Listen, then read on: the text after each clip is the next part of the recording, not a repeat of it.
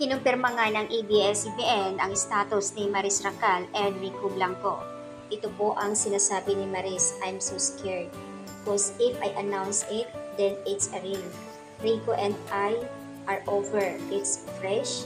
It's been a few weeks, the loneliest and emptiest weeks so ever experienced in my life."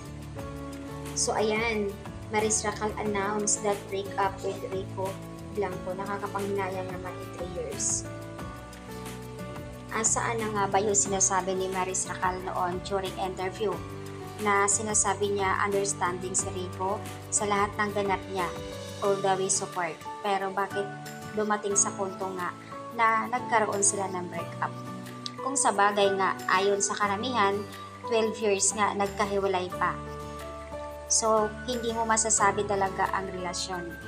Kadalasan naman dito, nagkakaroon ng problema ay, syempre, pag nagkakaroon ng love team yung partner niya, di maiwasan ang selos. Pero sabi nga ng iba, kung talagang mahal at loyal, na kahit napunta pa siya sa ibang love team, andoon dapat ang support, ang loyal niya, trust sa girlfriend niya.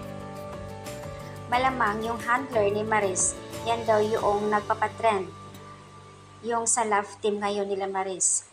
And syempre, para kumita sa pelikula. Ay to, sa lahat ng interview niya, sabi ni Maris noon, is understanding daw Rico, and lalo na sa karir niya. Pero ano ang nangyayari ngayon? Ganun na nga siguro, kasi nga pag may mga pelikula, sa kanilang nila inilalabas para bumango ang pangalan.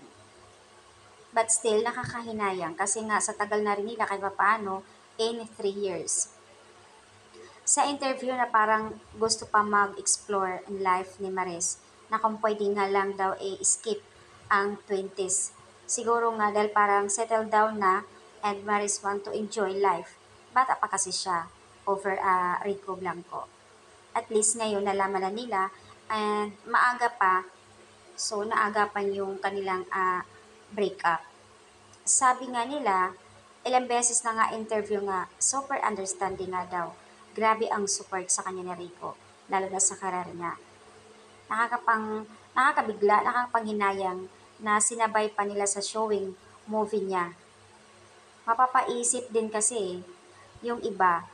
And sa iba naman, kayang pagsabayin ang career and love life if gugustuhin ng dalawang tao na yon.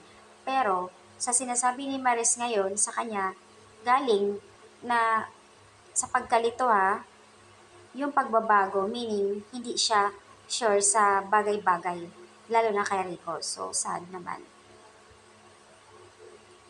Hindi maiwasan na magkakaroon na emosyonal si Maris habang in-interview nga siya.